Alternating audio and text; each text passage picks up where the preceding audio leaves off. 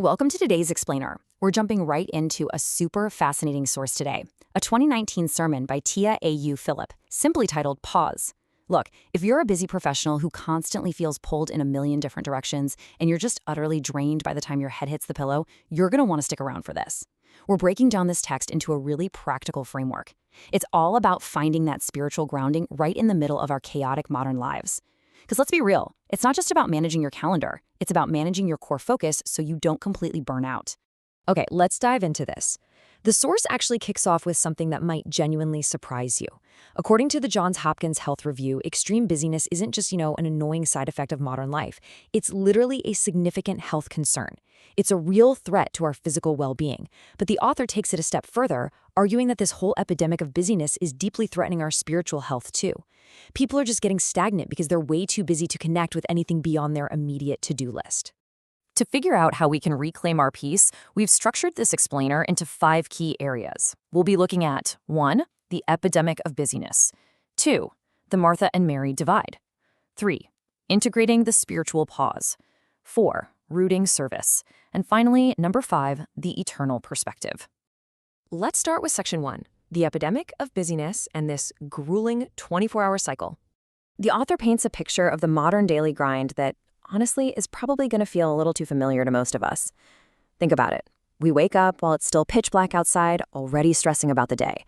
We fight our way through miserable rush hour traffic, and our minds are already at the office, stressing over emails we haven't even opened yet. Then we get to work, push through with barely any breaks, often working right through lunch just to hit deadlines. Because, hey, who needs a proper break when you have productivity targets, right? And then we get home completely wiped out, only to clock in for the second shift. Dinner prep, chores, helping the kids, until we finally collapse into bed, all while desperately hoping to catch just enough sleep to do the whole shebang over again tomorrow. It's an absolutely grueling, nonstop cycle. But the author hits pause right here to ask a really pivotal question. Looking at that incredibly packed, exhausting schedule, do you notice what's missing? I mean, sure, all those activities revolve around earning a living, caring for our families, basic survival. They're necessary, good things. But in that entire relentless 24-hour loop, there is a glaring absence of any dedicated time for a relationship with God or just basic spiritual reflection. It simply gets completely squeezed out.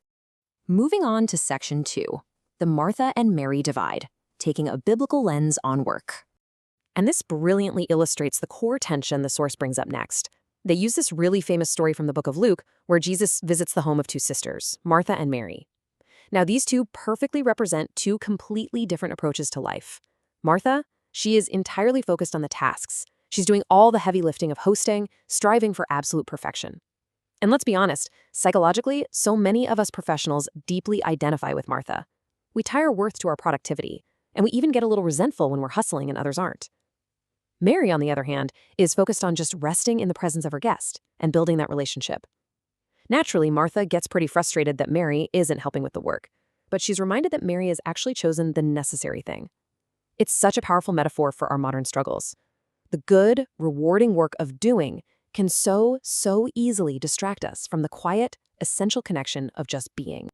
To make this even more relatable, the author shares a personal anecdote that really hits home. They talk about hosting an old friend they hadn't seen in like 10 or 12 years. But because both of them were so caught up in the busy logistics of the visit, catering the event, getting everything perfect, by the time the visit actually ended, they realized they'd only spent about 5 minutes truly connecting. Think about that. A decade of waiting traded for 5 minutes of real conversation. And we often treat our spiritual lives the exact same way. We get so busy managing the house of our lives that we spend virtually 0 time with the guest we're supposedly living for. Which brings us to section 3, integrating the spiritual pause through actionable micro habits. So how do we actually fix this time problem? Well, the author acknowledges a pretty hard truth.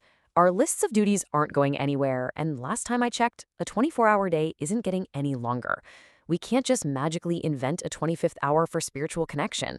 Instead, we have to strategically weave this pause into the chaos we already have. The source suggests these amazing, actionable micro-habits to seamlessly integrate prayer. You don't need to carve out a massive 1-hour retreat.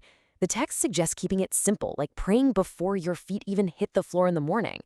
Then try transforming that normally frustrating rush hour commute into a dedicated time for singing praises or deep reflection, rather than, giving into road rage.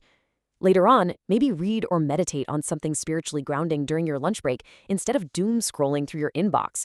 And finally, just talk through your evening troubles with God as you're winding down for bed.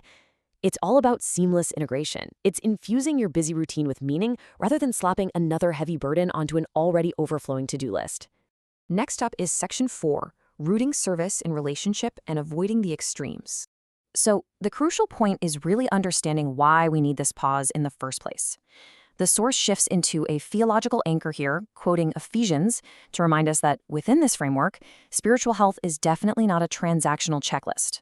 The author emphasizes that believers are saved by grace through faith, not by their works. The core argument here is really freeing. You literally cannot earn your salvation or your spiritual peace through frantic busyness, or by just exhausting yourself with good deeds.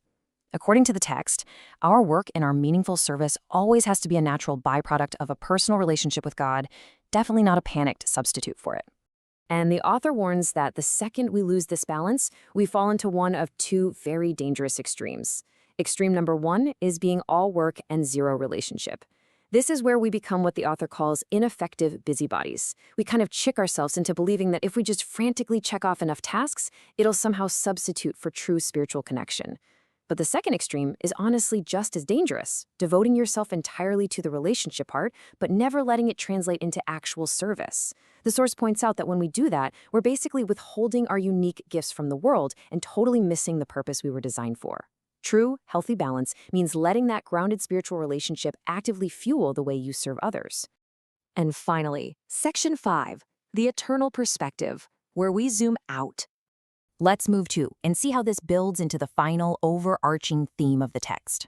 The author asks us to take a massive step back, zoom out from that 24-hour daily grind, and look at the big picture.